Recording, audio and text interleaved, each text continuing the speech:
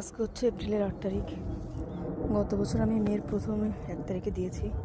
তো এবছর ওয়েদারটা খুব ভালো লাগছে, আমার কাছে মনে হচ্ছে রৌদ্র গরম।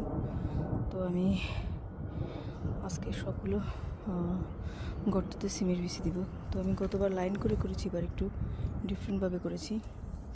তো প্রথমে গর্তগুলোকে কাঠের গুঁড়ি, পেঁয়াজের চামড়া এবং গোড়ার গোবর দিয়ে মাটি মিক্সড করে এগুলো কীভাবে রেডি করছি।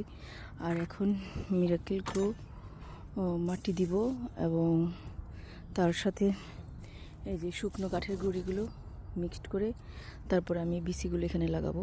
তো কাঠের গুঁড়ি দেওয়ার কারণ হচ্ছে কাঠের গুঁড়িটা কিন্তু একটু গরম থাকবে, মাটিকে গরম রাখবে। তো এই ঠান্ডার ভিতরে যে আমি বিচিগুলো দিব ওটাতে পচে যাবে না, এবং আমি পানি দিব না, কারণ এই মাটিগুলো একটু আর্দ্রতা ভালো, একটু তস তস ভিজা ভিজা টাইপের।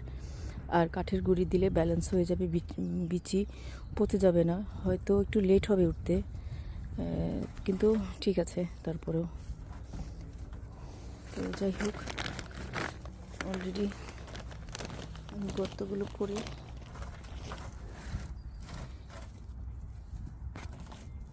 এই সাইডে সবগুলো সিমের বিচি পর অলরেডি দিয়ে দিয়েছি। তো যখন উঠে যাবে তখন দেখাবো। আমি আসলে এবছর আমি নিজেও জানি না, আমি এবার আর্লিতে করেছি ওয়েদারের অবস্থা ভালো দেখে। তো দেখা যাক, আলহামদুলিল্লাহ। ভালো থাকুন সবাই। এই যে কাঠের গুঁড়িগুলো দিয়ে এইভাবে আমি বিচিগুলোকে দিয়ে দেব। তো প্রতি বছর আমি এরকম বিচি দেই, 1 সপ্তাহের ভিতরে উঠে যায়। তো আমি একটা গর্তে 10, 12, 15টার থেকেও বেশি বিচি দিচ্ছি।